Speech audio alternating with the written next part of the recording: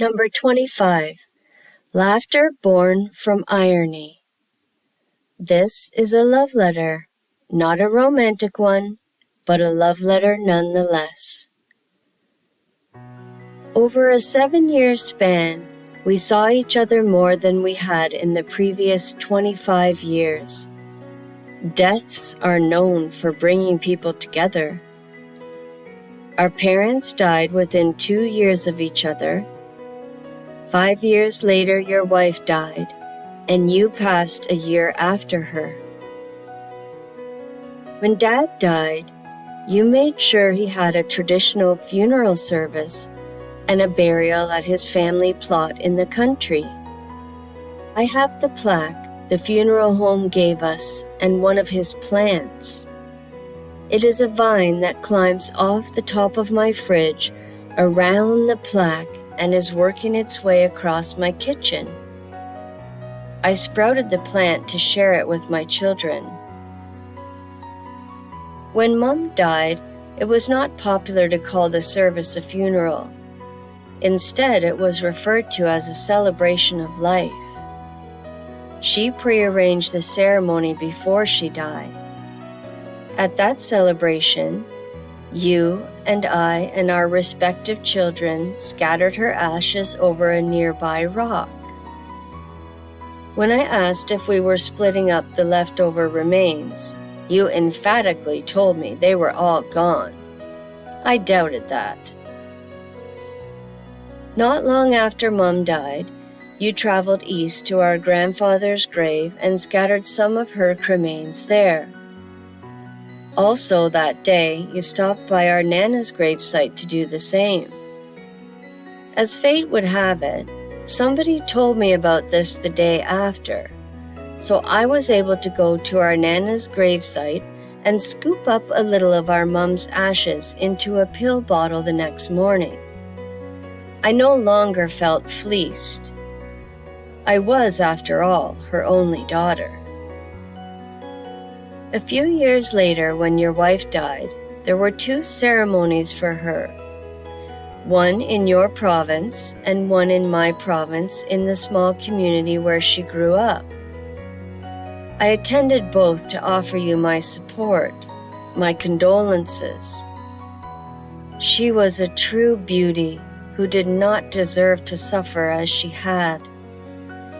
I remember you commenting, you did not know your body was capable of crying so many tears. Following year when you died, there were 2 similar ceremonies.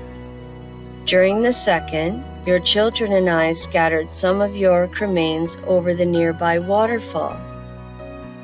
I left the children by the falls to have some privacy, and I assumed I would never see that hunter green velvet bag with the gold tassel again.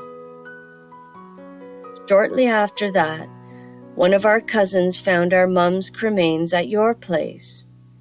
He showed up at my door to give them to me. I felt ill at ease, wondering whether Mom wanted me to have them. I was appalled and profoundly wounded that a great deal of her ashes were left. I recalled how sincerely you declared that we had scattered all of our Mom's cremains the day of her celebration of life. When my son bought 3 small urns and lovingly prepared them, I believed my children and I were meant to have some of the ashes. My daughter and I went to Dad's grave and mixed some into the grass there. Even so, it was only when I traveled south to give the bulk of our Mom's cremains to her long-lost love that I felt truly at peace about having them. A few years ago, the same cousin gave me your ashes. It made sense that I took them. Knowing you and our Mom were avid golfers and dreamt of one day golfing in Scotland, I made sure some of your cremains and hers were sprinkled on a golf course there. It was not me who traveled to Scotland, but a friend of mine agreed to do the scattering. He brought me back a thin, porous gray rock, a piece of the castle on the golf course where they were spread. It reminds me of the moon, but one side of it glows like it is speckled with thousands of tiny stars. To prepare the ashes for travel, I had to sift through yours to gather some of the finer grains. I needed the mixture to appear like powder. I used cornstarch as a base and blended yours with the remainder of our mum's cremains in the pill bottle. As I lovingly placed the mixture into the travel-sized bottle, the irony of the situation hit me, and I broke into hysterics.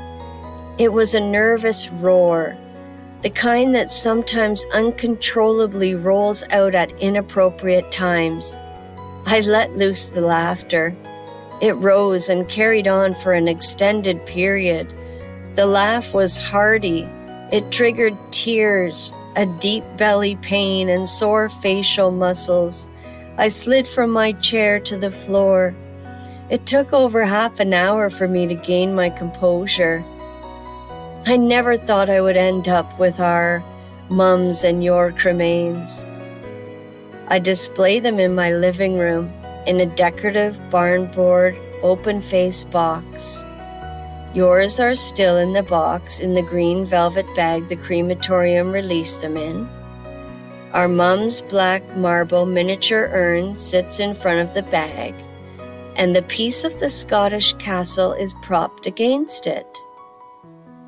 Apparently, you kept Mum's cremains in your car with your golf clubs. It was your way of having her travel with you. I guess mine is Dad's plant and the urn display. I am sorry the last years of your life were riddled with grief. Yours, Joey.